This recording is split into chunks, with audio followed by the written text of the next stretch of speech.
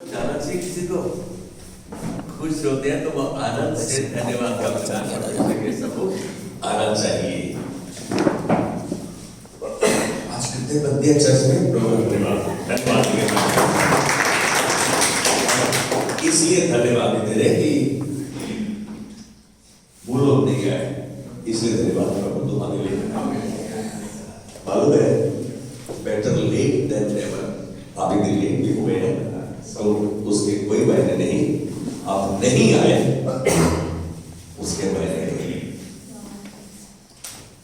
आज बिगड़ बताए परमेश्वर कह रहा है कि यदि गनु ने तो शिमला के लिए बोला कि 5-5 लाख का चेक सबको देना, तो सवेरे 9 बजे पहुंचे, 10 बजे पहुंचे, तो किसको मिलता चेक?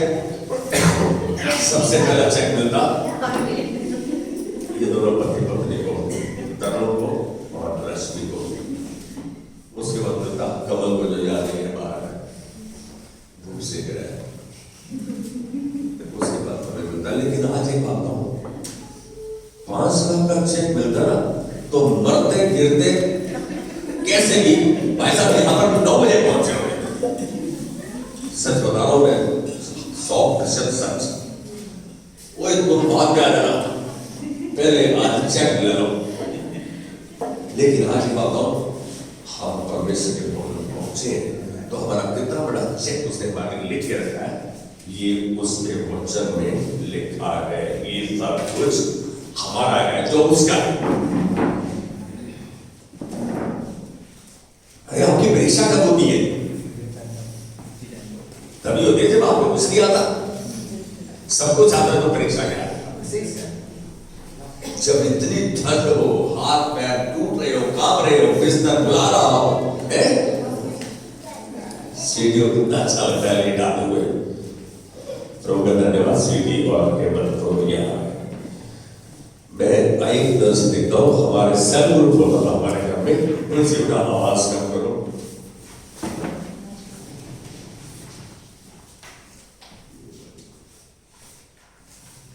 तो सेल ग्रुप में लोग ले जाते थे, 7:30 शुरू हो रहे तो 7:45 और 8:30। अब मैं कहता था, कभी कहानी मैंने बाटे के प्रसाद के टाइम पे आया था। लेकिन सच बात तो ये है, मैंने कभी नहीं कहा कि तुम लेट हो, बिल्कुल टाइम पर आओ। ये बात उनको कई बार अंदर तक छूती थी कि पास्टर ने ये नहीं कहा कि तुम लेट हो। कोशिश की ना, ये परमेश्वर से प्रार्थना की प्रभु कि मैं चर्च नहीं पहुंचूंगा तो कलीसिया स्टार्ट नहीं होगी। कर दो तेरे हृदय से पार्ट निकाल लेता हूं मैं आज, जो भाव है अंदर से, तो क्या बॉडी काम करेगी? खुश हो जाएगी एकदम। क्या आप अपने आप को कलीसिया का अटूट अंग नहीं समझते, नहीं मानते? इसीलिए तो लेटा हुआ। अरे आपकी ये देख परमेश्वर की देख कैसे कार्य करेगी जब तक आप ये नहीं समझते कि आप इस कलीसिया का अटूट अंग है। आप ध्यान से देखो, कहता कि कलीसिया जो है आपकी देह में कितने अंग है, बहुत अच्छा उदाहरण प्रभु ने दिया। और सारे दिल के काम करते हैं, कभी देह सक्रिय होती है तभी देह काम करती है। आप ये अपने काम करना बंद कर दो तो क्या देह ठीक काम करती है? कहीं गिरे पड़े। आप सोचो, यदि देह के अंग सक्रिय होकर मिलकर कार्य करते हैं तो आपकी देह ठीक काम करती है। ऐसे ही कलीसिया में जो हम हैं, हम यीशु मसीह की देह के अंग हैं। सभी अंग होंगे तो देह अच्छा कार्य करने पाएगी। Can you say amen with me? आज जो बात प्रभु ने मेरे हृदय में डाली,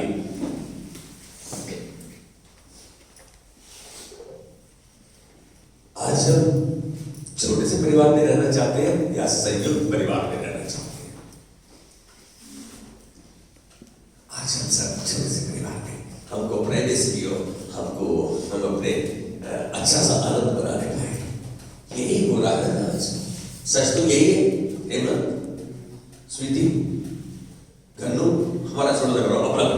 मेरे भाई बहन इकट्ठे नहीं मिलकर रहेंगे। आज का ये इस बात सच है। न्यूक्लियस फैमिली बोलते हैं, एक छोटा सा परिवार, पहले सब मिलके इकट्ठे रहते थे, भाई बहन उनके बच्चे, बड़ी सी हवेली होती थी, सब इकट्ठे रहते थे, एक किचन, सब मिलके काम करते थे। कोई अनहोनी हो जाती थी तो उनके बच्चे भी उनके साथ मिल जाते थे। कॉम्प्रिहेंसिव इंश्योरेंस होती थी जब हम इकट्ठे मिलके रहते थे। आज जब अनहोनी हो जाती है तो आप आराम महसूस करते हैं, आप टूटा सा महसूस करते हैं, अब मेरी मदद कौन करेगा, अब तो लोग मेरा फायदा उठाएंगे। इकट्ठे रहने में क्या फायदे हैं और छोटे परिवार में रहने के क्या फायदे हैं, क्या नुकसान है। एक समय था जब परिवार के सदस्य एक ही छत के नीचे इकट्ठे रहते थे, एक ही छत के नीचे इकट्ठे रहते थे। चार भाई हैं, बहनें तो शादी हुई तो अपने अपने घरों में चली जाती, लेकिन चार भाई, उनकी पत्नियां, उनके बच्चे सब इकट्ठे, पापा, दादा, दादी, ये सब इकट्ठे रहते थे।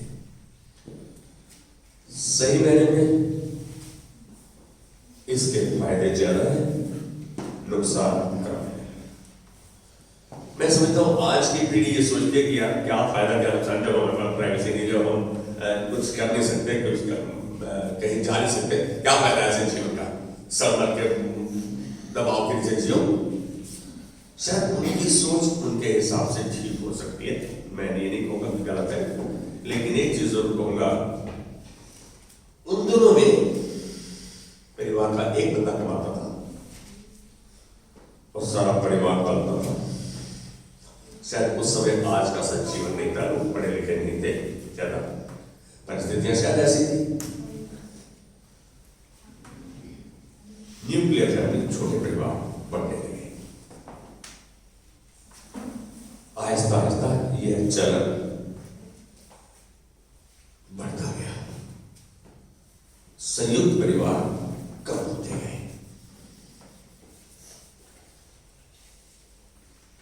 और ये सभी को गया, तकरीबन सभी को गया। आज कौन अपने परिवार में भाइयों के साथ मिलकर रहना चाहता है? 3 भाई हैं, 4 भाई हैं, कौन मिलकर रहना चाहता है? चाहता है, लेकिन रह नहीं रहे।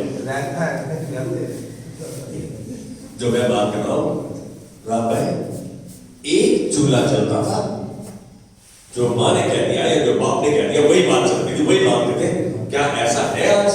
नहीं है। आज हम सबको अपना जीवन चाहिए, अपना समय चाहिए, अपना प्राइवेसी चाहिए। शायद हमारी सोच में कमी है, या मैं कहूंगी गलत है, ठीक है, ठीक नहीं होगा। हम इसको प्रभु के वचन के द्वारा देखें, परमेश्वर क्या चाहता है? क्या परमेश्वर चाहता है कि हम छोटे छोटे परिवार, अपने परिवार में अपना देखें? यार मैं तो लाख रुपए कमाता हूं और ये 10,000 कमाता है, ये तो 1,500 2,000 रुपए घर में, मेरे को 30,000 देने पड़ रहे। हम मतभेद में आ जाते हैं, सच बात है। लेकिन इस संसार में जब संयुक्त परिवार में रहते ना, तो पापा पे डिपेंड करता है। अरे वो शादी में जाना है, पापा बोले कि भाई कैसे जा सकते, पापा ने लिखा, माँ बोलेगी तो। इस संसार में रहते हुए हम ना तो दूसरों पर आश्रित है, डिपेंडेंट है, ना ही इंडिपेंडेंट है। We are neither dependent not independent, but we are interdependent. एक दूसरे पर आश्रित है, हम एक दूसरे पर आश्रित हैं। यदि आश्रित है तो हमें एक दूसरे का सहारा है, एक दूसरे से सहायता मिलती है। आज कौन इंडिपेंडेंट है? कौन कह सकता है कि मैं स्वतंत्र हूं, मैं सब कुछ बना सकता हूं, सब कुछ कर सकता हूं? एक बंदा नहीं। अरे बल्ब तक तो तुम बना नहीं सकते हैं। गेहूं कोई उगाता है, आटा कोई बेचता है, दालें कोई उगाता है, आप क्या कर सकते हैं? हम एक दूसरे पर आश्रित हैं, एक दूसरे पर वी आर इंटरडिपेंडेंट। क्या ये बात सच है? सब्जी लाने वाला बंद हो जाए, सारे खाने वाले हो, सारे लाने वाला कोई नहीं हो, मंडी में सामान नहीं आए, खेत में या भाई वहीं से पाड़ लो मूली कर लिया काम क्या बंदा। यदि ये बात हमारे समझ में आ जाए कि हम एक दूसरे के ऊपर आश्रित हैं, डिपेंडेंट हैं एक दूसरे के ऊपर, कि एक दूसरे के साथ रहने, इकट्ठे रहने, इकट्ठे काम काज करने, समाज में एक दूसरे के साथ जीवन बिताने में जीवन सरल भी हो जाता है, शांति प्रिय भी होता है। मेरी बात समझ रहे? आपको थोड़ा सा धीरज रखना होगा, थोड़ा सा एक दूसरे पर सहना होगा, उसके जरूरत के समय में उसके साथ खड़ा होना होगा, तभी ये संभव होगा। यदि सभी अपने अपने कमरों में मस्त है, अपने अपने घरों में मस्त है, तो किसको किसी की परवाह रहेगी, किसको किसी के दुख के समय में साथ खड़े होने का मौका मिलेगा? ये मौका मिलने की बात है, मौका लेने की हत्याने की बात है। लेकिन हमने क्या चुना? हमने वो चुना जो परमेश्वर के वचन के विरोध में है, उसके अनुसार नहीं। हमने वो चुना, न्यूक्लियस फैमिली चुनी, छोटा सा परिवार, और वचन के द्वारा समझे कि संयुक्त जीवन का तजुर्बा, संयुक्त जीवन का आनंद क्या है, इकट्ठे रहने का आनंद क्या है। हमें कुछ समय तक तो छोटे परिवार के साथ जीवन अच्छा लगता है, कुछ समय तक तो अच्छा लगता है, लेकिन जब अनहोनी हो जाती है, जब कुछ परेशानी आ जाती है और हम उसे नहीं सह पाते, सहा पाते, नहीं उसको एडजस्ट कर पाते, उस समय हम सोचते हैं मेरे साथ होता, मेरे साथ कोई मेरी मदद करे। उस समय मदद क्यों करे? क्यों चाहिए? जब शादी हो गई, जब बच्चा हो रहा तो बुजुर्ग चाहिए, वैसे हमें बुढ़ा नहीं चाहिए। ये बूढ़ा बूढ़ी बहुत परेशान करते हैं। क्यों भाई? बूढ़ा बूढ़ी आपकी खाली मदद के लिए क्या? आपके सेवा के लिए नहीं। हमने अपने व्यवहारिक, हमने अपने आप को परिवार में तो अलग कर लिया, छोटे परिवार में चाहिए, लेकिन अपने व्यवहारिक, सामाजिक, सांसारिक जीवन को तो वैसा नहीं किया, उसको वैसा नहीं किया हमने, उसको छोटा नहीं किया, क्योंकि इनमें हमको एक दूसरे की जरूरत लगातार बनी रही। हमने सबने छोटे छोटे घर बना लिए, लेकिन बिजनेस इकट्ठा रखा, चार भाई इकट्ठे बिजनेस करेंगे, भाई पैसा आएगा, तुम 40 साल में 50,000 ले लो, वहां इकट्ठे नहीं रहे, भाई का मां अलग नहीं किया, बिजनेस टूट जाएगा तो भाई कुछ भी नहीं रहेगा हाथ में। ऐसा क्यों? कुलुसियों 3:15, कुलुसियों 3:15 प्रेरित पौलुस समझा रहे हैं कि मसीह की शांति, जिसके लिए तुम एक देह होकर बुलाए गए हो, इकट्ठे रहने के लिए बुलाए गए हो, तुम्हारे हृदय में राज्य करे और तुम धन्यवादी बने रहो। कितनी बड़ी बात कह रही पौलुस ने। कैसा? तुमको एक देह होकर बुलाया गया है, तुम परमेश्वर के धन्यवादित रहो, इकट्ठे होकर बुलाया गया है।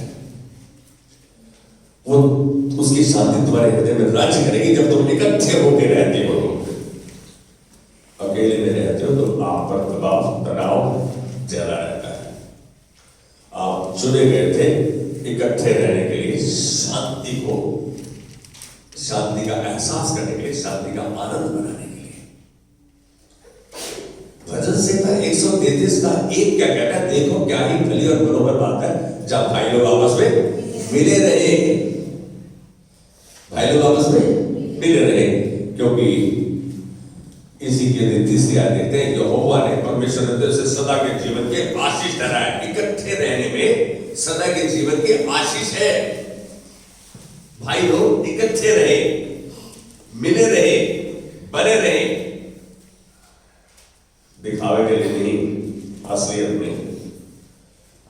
जो मैसेज बाइबल है वो कहते हैं परमेश्वर हमसे चाहता है कि हम इकट्ठे रहकर जीवन का तजुर्बा और आनंद लें, उस आनंद को मनाएं।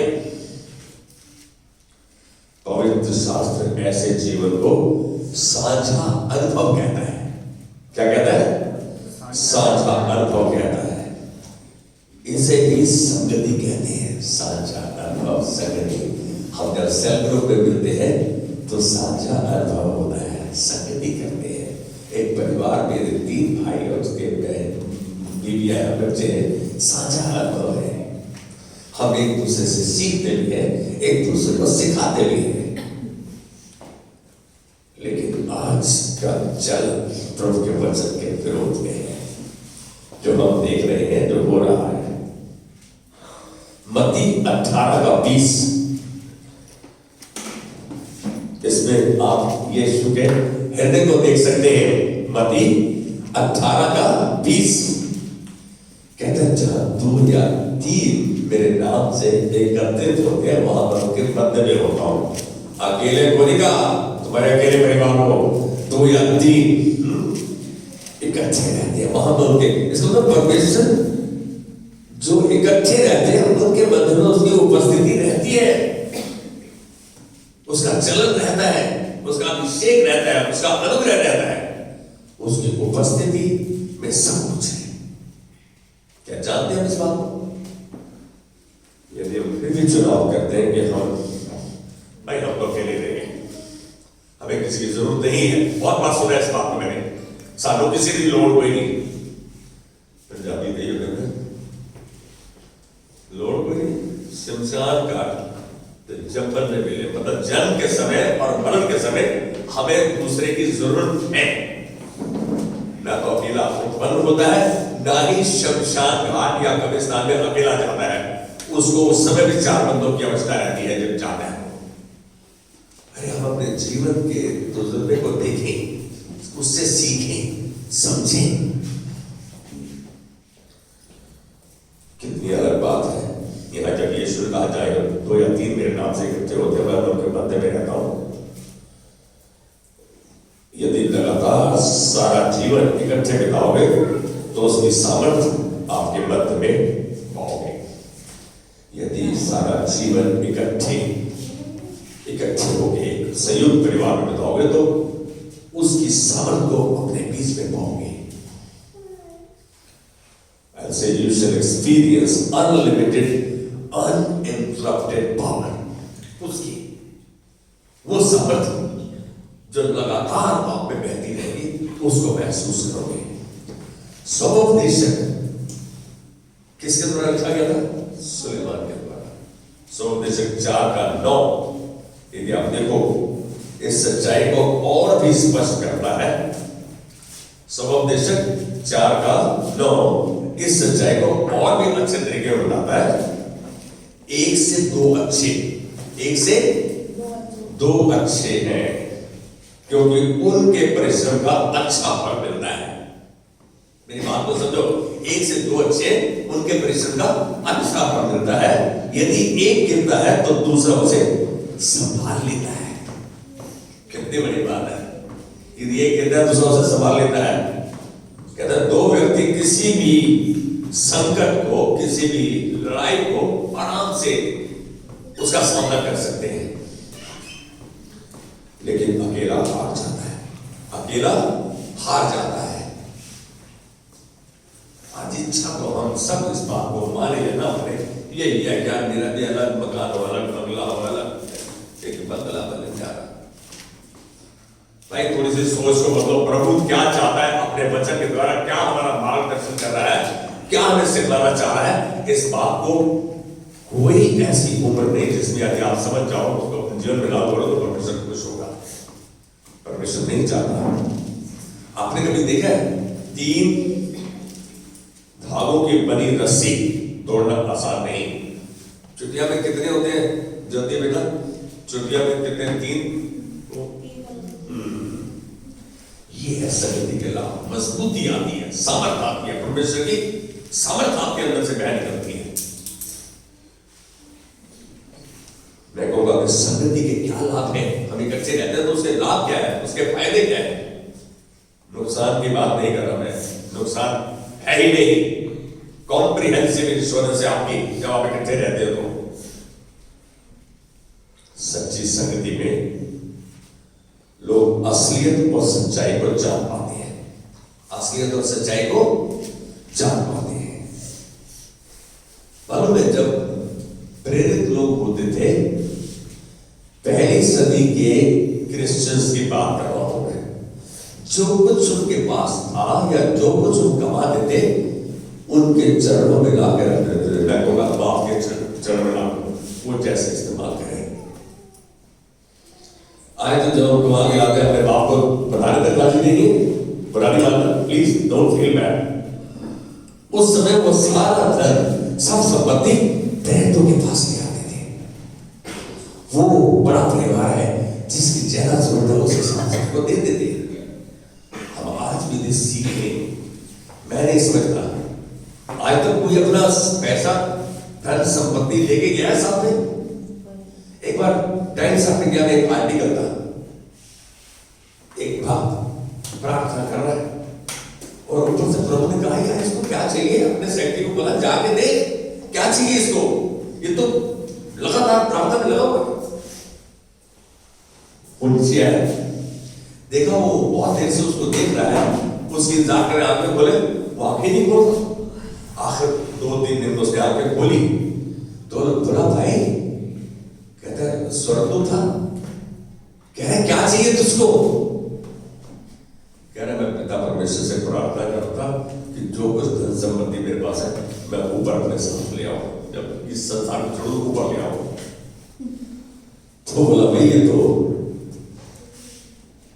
पिता ही इसको निर्णय ले सकता है।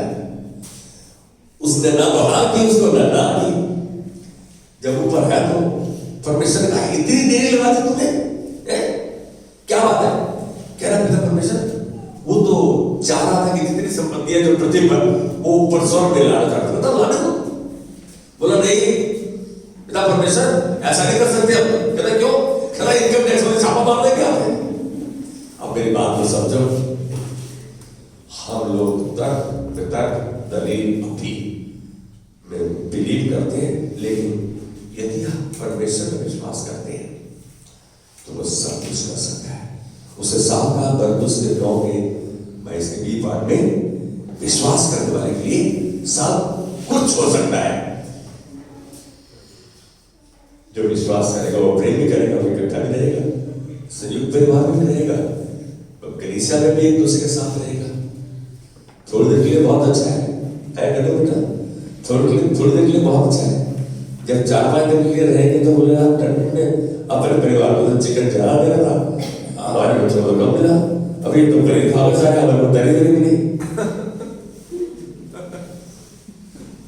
हम कहीं ना कहीं छोटी छोटी चीजों पर अपने मन को, अपने ध्यान को, अपनी आंखों को केंद्रित करते हैं, और ये छोटी छोटी लोमड़ियां आपकी दाप की बाड़ी को खराब कर देती है, नाश कर देती है।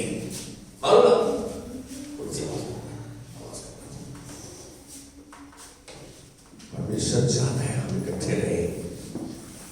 हम जब इकट्ठे रहते हैं तो असलियत को जानने पाते हैं, सच्चाई को जानने पाते हैं। पहला यूहन्ना पहला अध्याय 7 और 8 आयत देखेंगे, कह रहा है पर यदि जैसा वह ज्योति में है, परमेश्वर के वचन अनुसार, वैसे हम भी ज्योति में चले। इसका मतलब जब हमें सच्चाई पता लगी है तो उसके वचन के अनुसार चले। हमारी समझ में तो आता है लेकिन जीवन से नहीं दिखता, हमारे जीवन से नहीं दिखता। तो एक दूसरे से सहभागिता रखते हैं। जब हम ज्योति में चलते हैं तो एक दूसरे के साथ संगति करते हैं, सहभागिता रखते हैं, और उसके पुत्र यीशु का लहू हमें सब पापों से शुद्ध करता है। इकट्ठे रहने का ये पहला, यीशु का लहू तब शुद्ध करता है जब हम इकट्ठे रहते हैं, मिलजुल के रहते हैं, एक दूसरे की सहायता करते हैं। कभी कभी वो सोचता है मैं तो सबकी मदद करता हूं, मेरी मदद नहीं करता। प्रभु पे विश्वास करते हो, वो कभी छोड़ेगा भी नहीं और कभी त्यागेगा नहीं। क्या हम उसके वचन का पालन करते हैं? यदि हम कहें कि हमने कुछ पाप नहीं किया, हमने कुछ गलत नहीं किया, हम झूठे हैं, हम अपने आप को धोखा देते हैं और हमें सच नहीं। याकूब 5:16 ध्यान से देना, याकूब 5:16 कितनी बड़ी बात कह रहा है। इसमें याकूब जो यीशु के भाई थे, हमें उत्साहित कर रहे हैं। इसलिए तुम आपस में एक दूसरे के सामने अपने अपने पापों को मान लो। किसके सामने? एक दूसरे के सामने। पहले इकट्ठे रहोगे तभी तो उसके सामने मानोगे। एक दूसरे के सामने अपने अपने पापों को मान लो और एक दूसरे के लिए प्रार्थना करो। आप तो जिससे दुश्मनी है उसके लिए प्रार्थना करोगे, प्रभु नाश कर इसके बच्चे अनाथ हो जाए। हम तो मनुष्य की उस सीमा तक चले जाते हैं जो परमेश्वर नहीं चाहता। कहता है एक साथ मिलकर रहो, एक दूसरे के लिए प्रार्थना करो, एक दूसरे के सामने अपनी गलती को, अपने पाप को मान लो। क्या कह रहे हैं? प्रार्थना करो जिससे तुम चंगे हो जाओ, जिससे तुम चंगे हो जाओ। इसका मतलब जब हम एक दूसरे साथ मिलकर रहते हैं, हमारा स्वास्थ्य ठीक रहता है। एक दूसरे के लिए प्रार्थना करते हैं, हमारा मन, हमारा हृदय ठीक रहता है। प्रार्थना करते हैं।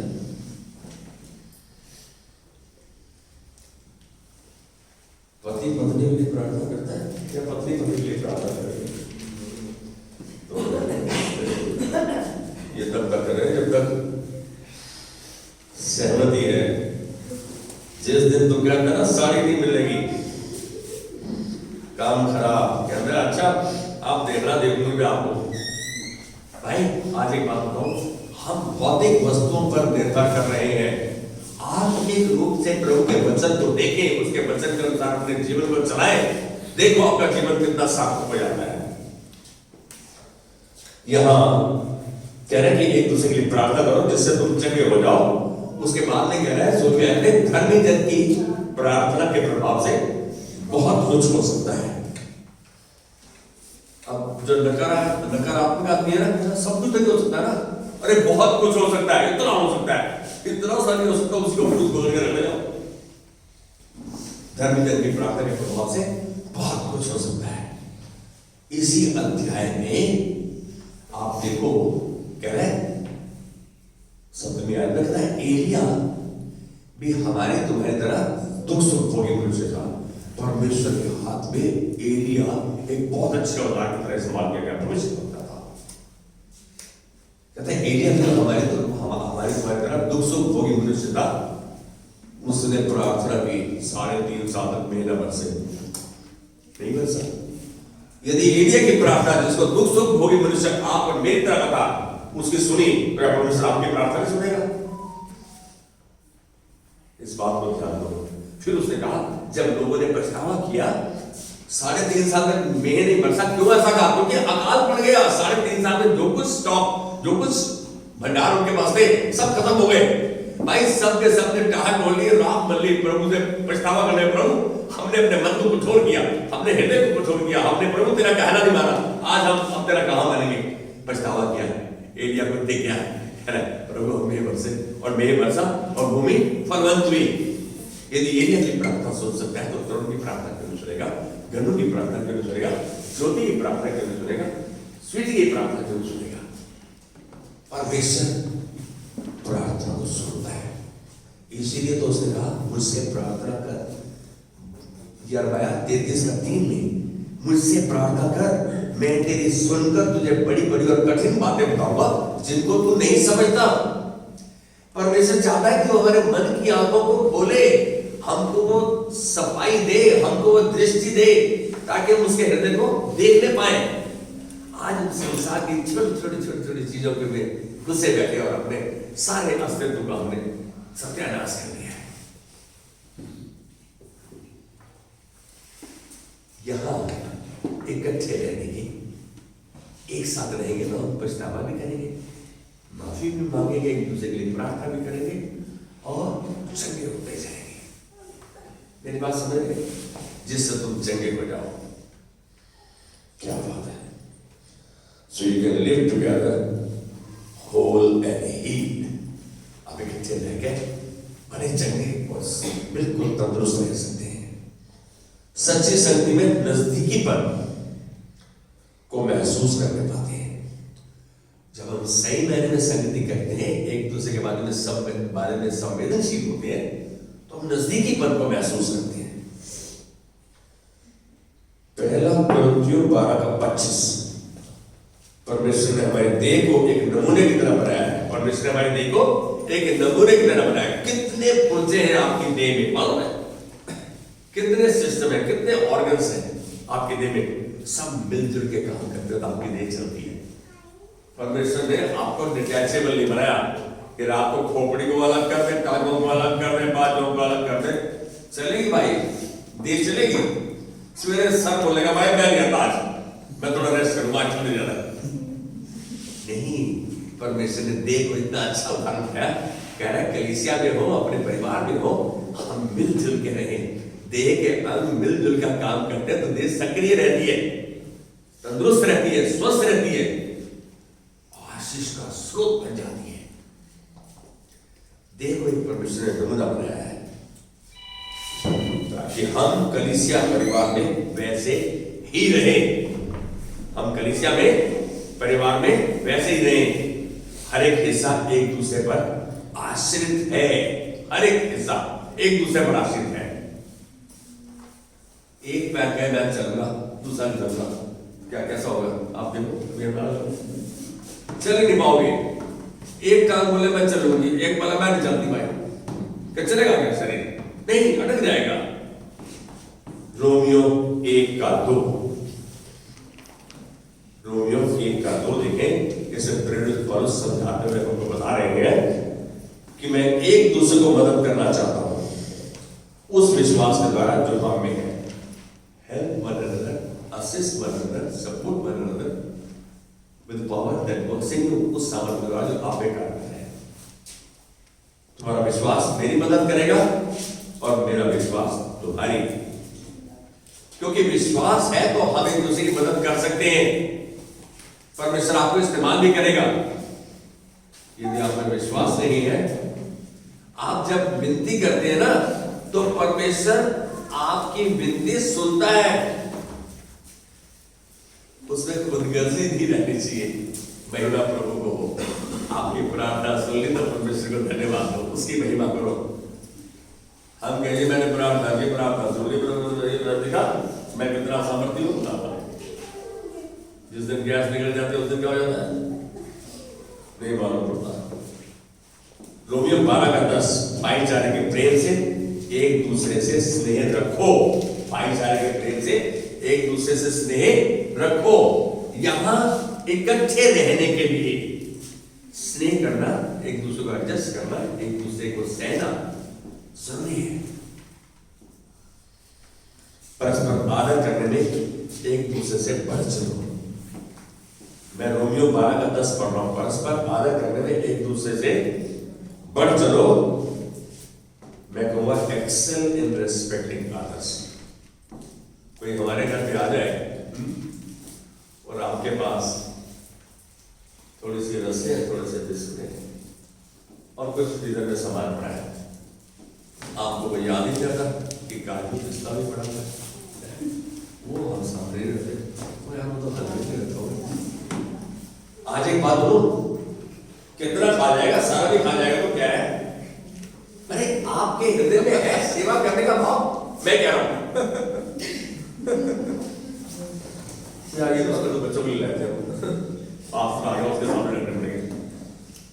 भाई यदि मन नहीं है तो नहीं करो, नहीं मांग पड़ेगा, लेकिन करो तो पूरे हृदय से करो। जो कुछ तुम्हारे पास है अपने सर्वस्व को सेवा में दे दो। परमेश्वर आपको तभी इस्तेमाल करेगा जब आप अपने आप को उसके हाथ में देते हैं, आप उसके वचन को समझते हैं, तब आप समर्पण करते हैं।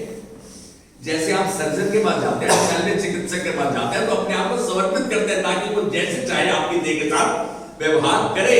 आपको काटने छाने, लेकिन आपको फिर से दोबारा वैसे कर रहे हैं। हमारा समर्पण जरूरी है। रोमियो 14:19, इसलिए हम सब उन बातों में लगे रहे जिनसे मेल मिलाप और एक दूसरे का सुधार हो। मेल मिलाप रहे और एक दूसरे का सुधार हो। सही संगति में समर्थन भी मिलता है, सहानुभूति भी मिलती है। People experience sympathy. सच बात तो यही है। कुलुस्सियों 3:12 को खोले। कुलुस्सियों 3:12। आप लोग को एक चीज बता दूं, आप परमेश्वर के बुलाए हुए हैं, चुने हुए हैं और ठहराए हुए हैं। सबके सब जो यहाँ बैठे जो उस पर विश्वास करते हैं।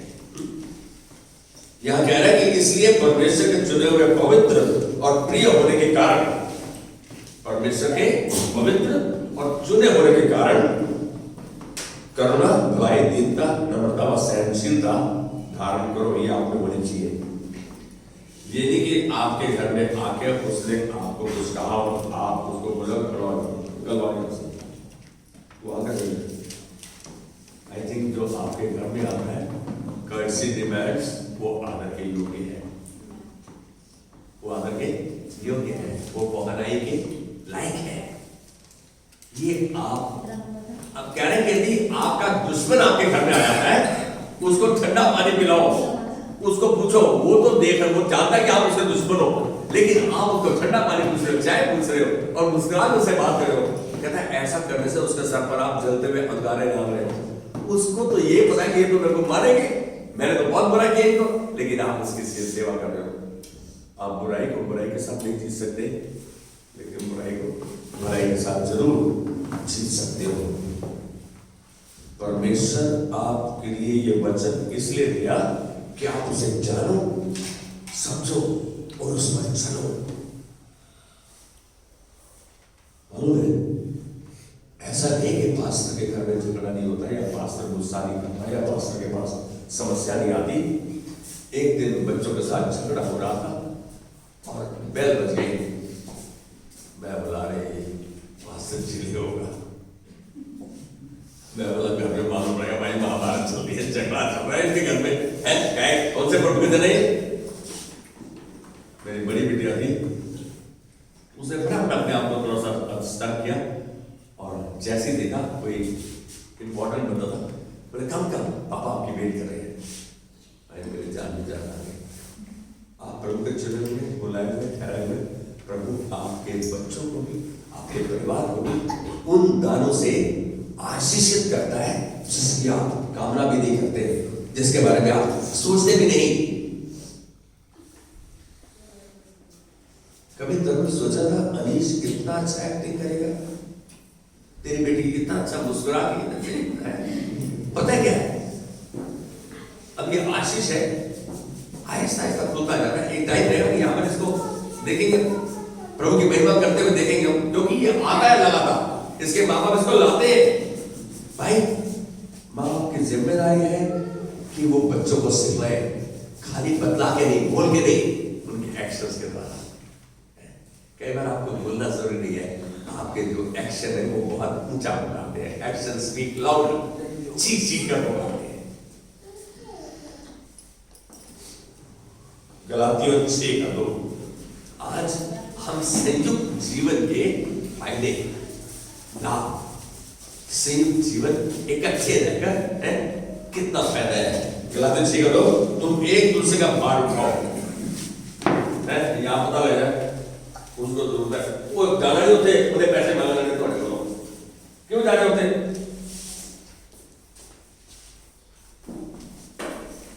क्या हम ऐसे ही नहीं कर रहे? हम सहूलत और समृद्धि का जीवन जी रहे हैं। जिसने हमें मिठाई का, जो जिनके पास हम मिठाई का डब्बा ले गए, क्यों ले जा रहे मिठाई का डब्बा? क्योंकि हमें आशा ये भी लेके आएगा हमारे यहाँ, इसलिए लेके जा रहे हैं। इसलिए ले जाए तो मैं उससे प्यार करता हूँ, इसलिए कि वापस लेके आएगा, जब आएगा लेके आएगा। नहीं, परमेश्वर का वचन तो साफ कह रहा है, आपके अंदर वो आत्मा होनी चाहिए कि यदि आप इसको दान देते हो, इसको आशीष करते हो, तो उससे वापसी की आशा नहीं रखो। क्रिसमस बना इसलिए था कि उन गरीब लोगों के पास क्रिसमस लोग जाए, उनकी जरूरत पूरी करें, जिनसे वापसी की आशा नहीं है। यार ये तो हम भूल ही गए थे। क्रिसमस में तो हम यीशु मसीह को ही भूल जाते हैं। गिफ्ट दे, गिफ्ट ले, खाने पीने पार्टी। प्रभु कहाँ गया? प्रभु तो बिजी है। अरे वो दिन उसको याद करने का, प्रभु आज हम तेरी स्तुति आराधना करेंगे, मिल के भोजन करेंगे, एक दूसरे को आशीष करेंगे, धन्यवाद की भेंट चढ़ाते हुए सब गाँव को करेंगे। कितनी अच्छी बात है। कहते हैं एक दूसरे का भार उठाओ, इस प्रकार मसीह की व्यवस्था को पूरा करो। प्रभु ने जो व्यवस्था हमारे लिए बनाई उसको पूरा करो, एक दूसरा भार उठाओ, एक दूसरे की सहायता करो, एक दूसरे के साथ खड़े हो जाओ। जब सेवा का मौका मिले हथियार टेक होल्ड ऑफ।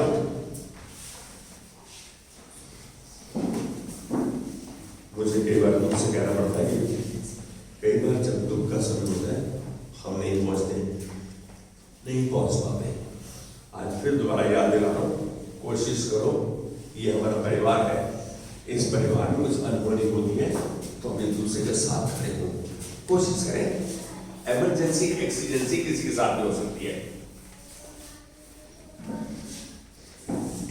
आपको एक हादसा बता रहा हूं, बंबई से और पुणे से दो पास्टर आए थे,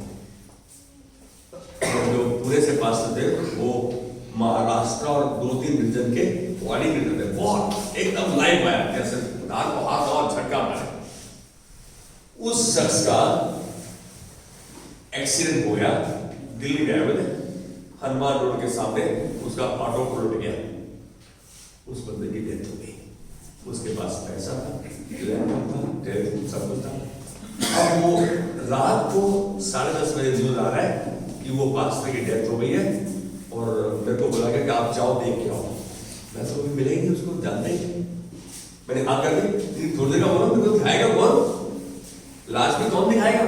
मैंने फिर अपने बड़े पास्टर से बात की, अच्छा लाश कौन दिखाएगा, तो मैं तो जानता ही उसको शक्ल नहीं जानता। बोला अच्छा सवेरे देखिए। आप अंदाजा लगाओ मैं ये बात क्यों बता रहा हूं। मैंने 4 बंदों से बात की कि मेरे साथ कोई चले, 4 में अपने अपने बहाने लगा दिए, मेरा ये काम है, मेरा ये काम है, मेरा ये काम है। मुझे इतना दुख हुआ, पहुंचना था 10 बजे और टेलीफोन आ गया ऐसे सुबह कि आप 9 बजे पहुंचो। मैं प्रभु को बोला, प्रभु कौन मदद करेगा, ये काम कैसे होगा। हम विनती कर रहे हैं लेकिन प्रभु ने पहले से चुनाव कर रखा है, पहले से लोगों को निश्चित कर रखा है। उसका बचपन का दोस्त उसको मालूम पड़ा और वो वहां पहले से पुलिस स्टेशन में था। बचपन का मुंबई से दिल्ली में था। हमें पानी का गिलास दोपहर के 1 बजे मिला। कहां हमारा शोषण नहीं किया गया, कहां हमको मिसयूज नहीं किया गया। हम लाश लेके 12 जन से लेडी हाली कितना दूर है, 1000 रुपए एम्बुलेंस ने लिए। कितने, जो उसको चंद्र में लपेटेगा उसका कैपेसिटी है। मैं एक बात कह रहा हूं, हमको घबराने की जरूरत नहीं। जब हमने विनती प्रार्थना प्रभु के हाथ में दे दी, वो सारे प्रयोजन करता है, सारे स्टेप्स को गाइड और गार्ड करता है। मैं उस दिन देखा कि कैसे प्रभु साथ चल रहा था और शाम को यहां से बॉडी बॉम्बे जानी थी। सारे ऊपर से टॉप अफसरों के ऑर्डर थे, ऐसे जो हमारे साथ था। आप ये जानो, मेरे को इतना बोला गया कि शायद टंडन तुमको जाना पड़ेगा बॉम्बे। अरे भाई क्या हालत है, घर से तो खाली पैसे हैं। मैं बोला हाँ जाएंगे, लेकिन प्रभु का धन्यवाद उनकी बॉडी जब चली तो एक बंदा भी है जो कि उन्हीं के काम कर रहा है। क्योंकि साहब आज एक बात चालू, क्या खड़ा होने के लिए तैयार है, क्या आप साथ देने के लिए तैयार है। ऐसे में आप समझ रहे आपका नुकसान हो रहा है, अरे आपका परमेश्वर कितना फायदा करने की आपके लिए योजना बना दी, आपको पता ही नहीं। उस दिन शाम की बात बताऊं, मैं वहां से मेरे बड़े पास्टर बोल रहे टंडन टैक्सी करो वहां चले जाओ। उसको मालूम है ये टैक्सी नहीं करेगा, ये टैक्सी किसी और ठाकुर से पहुंचेगा। उन्होंने टैक्सी की, मैं हनुमान और प्राइमरी मोटरसाइकिल खरीदी, मैं वहां आके सीधा उत्तम नगर चला गया। कमला बहन किसको याद है शायद, कमला बहन मेरे को बोले आज हवाइयां कैसे उड़ी हुई है, क्योंकि विमान में नहीं था। तो मैंने उसको बताया कमला बहन ऐसे ऐसे है, तो मुझे क्रॉस लगी, मैं सीधा वहां से आया। तो बोलता आज नहीं आते, मतलब तुमको समझ में थोड़ी आता, मैं नहीं आता, आपके समझ में कैसे आया मेरी बात, नहीं आती बात ये। मैं बोलता आज कहीं जाना था, पास्टर आप तो बहाना मार रहे हो। हम सब इतने सेल्फिश हैं, हमारा काम नहीं होता तो हम दूसरे को डाल देते। लेकिन प्रभु का धन्यवाद, प्रभु ने वो सब काम किए। उस दिन शाम की संगति भी हुई। अय्यूब 6:14, जो पड़ोसी पर कृपा नहीं करता वह सर्वशक्तिमान का भय मानना छोड़ देता है। अय्यूब कह रहे हैं जो पड़ोसी पर कृपा नहीं करता वह सर्वशक्तिमान का भय मानना छोड़ देता है। ज्यादा हमें पड़ोसी जब बच्चे लगते हैं तुम्हारी बात मानते नहीं, मानता बड़ा बुरा लगता है। सच्ची संगति में दया करते हैं और तरस आते हैं, लोग दया पाते नहीं। मैं आखिरी 2 आयतों में आ रहा हूं, 2 Corinthians 2:7। इसलिए इससे भला यह है कि उसका अपराध क्षमा करो और शांति दो, न हो कि ऐसा मनुष्य बहुत उदासी में डूब जाए, विश्वास करना ही छोड़ दे। मेरी बात समझ रहे आप? आखिरी आयत कुलुसियों 3:13। कौन पढ़ेगा? कुलुसियों 3:13। कुलुसियों 3:13। कुलुसियों 3:13। यस बेटा। और यदि किसी को किसी पर दोष देने को कोई कारण हो तो एक दूसरे की सह लो और एक दूसरे के अपराध क्षमा करो, जैसे प्रभु ने तुम्हारे अपराध क्षमा किए वैसे ही तुम भी करो। यहाँ कह रहे हैं नेवर, मैं कह रहा हूं नेवर होल्ड ग्रजेस। दूसरों के प्रति माफी न रोको, माफ कर दो। जैसे प्रभु ने तुम्हें माफ किया वैसे तुम भी दूसरों को माफ करो। हम तो ज्यादा बोलते रहे भाई, हमारे नहीं माने, हम क्यों माने किसी? भाई यही तो करें, जैसा उसने क्या वैसा करें। आज परमेश्वर कह रहा है मिल के रहो, एक दूसरे के साथ खड़े हो, एक दूसरे का भार उठाओ, एक दूसरे का साथ दो। परिवार में कलीसिया में हो या अपने परिवार में हो, जहां तक हो सकता है शांति के साथ रहो, एक दूसरे की मदद करो। संयुक्त परिवार में बहुत बड़े लाभ है, लाभ ज्यादा है, हानि नहीं है। जब हम सेल्फिश हो जाते हैं, आत्म केंद्रित हो जाते हैं, सेल्फ सेंटर्ड, सेल्फ मोटिवेटेड हो जाते हैं, तब हम अपनी सोचते हैं। लेकिन जब हम प्रभु के चेले हैं तो हम दूसरे के बारे में सोचते हैं। आमीन। तुम दूसरे के बारे में सोचो, प्रभु तुम्हारी मदद के लिए पहले से उपचार कर देगा। कहने से आमीन, आमीन। आइए आपके बात करेंगे, खड़े हो जाएंगे।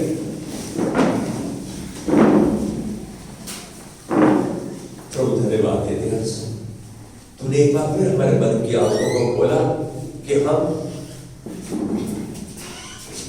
आत्म केंद्रित जीवन नहीं लेकिन आत्म समर्पित जीवन जिए। वो जीवन जो एक दूसरे के प्रति समर्पित है, जो परमेश्वर तेरे वचन के समर्पित है। आज प्रभु इस बात को मानते हैं कि हम सब छोटे अलग अलग परिवार में रहना चाहते हैं, लेकिन प्रभु तूने तो कहा, देखो क्या ही भली और मनोबल बात है जहां भाई लोग आपस में मिल रहे। प्रभु आज चुनाव करते हैं कि जहां तू रखेगा, यदि संयुक्त परिवार है तो हम उसमें तोड़ने की बात, टूटने की बात, अलग होने की बात नहीं करेंगे। हम उस परिवार में अपने आप को संलग्न करेंगे, एक दूसरे के लिए सहायता प्रदान करेंगे, एक दूसरे पर तरस खाएंगे, एक दूसरे के लिए प्रार्थना करेंगे। यदि गलती है तो उसको मान लेंगे। धन्यवाद प्रभु, संयुक्त परिवार में रहने की तूने आज दर्शन दिया। हम इस दर्शन को थामे हुए प्रभु धन्यवाद के लिए चढ़ाते और धन्यवाद देते प्रभु कि आज तूने सच्चाई को हमारे हृदय की गहराई तक जाने दिया है। हम इस सच्चाई पर चलेंगे, इसलिए तूने सामर्थ बख्श दिया हमको। हम उस सामर्थ को विश्वास में धन्यवाद से ग्रहण करते हुए धन्य कहते हैं तुझको। आज जो नहीं आने पाए प्रभु, जो घर में ढीले हैं, जिन पर सर्दी का असर है, जिनको खांसी जुकाम बुखार है, उनको यीशु नाम में चंगा कर दे। मत्ती 10:8 के अनुसार, मरकुस 16:18 के अनुसार आज उनकी देहों को चौंकाते उठा दे। तेरे अनुग्रह अभिषेक चरण को ग्रहण करते हुए आज एक बात कहते हैं प्रभु, तूने इकट्ठे रहने के लिए आज व्यवसाय किया। हम ऐसा नहीं करेंगे, हम तेरा कहा मानेंगे, कहे भी चलेंगे यीशु मसीह के नाम में। आमीन, आमीन। हमारे पिता का प्रेम, यीशु मसीह का अनुग्रह और पवित्र आत्मा की सहभागिता जो उसने हमारे तरफ छोड़ी अनंत काल तक हमारे साथ बने रहे। आमीन। God bless you, have a wonderful day.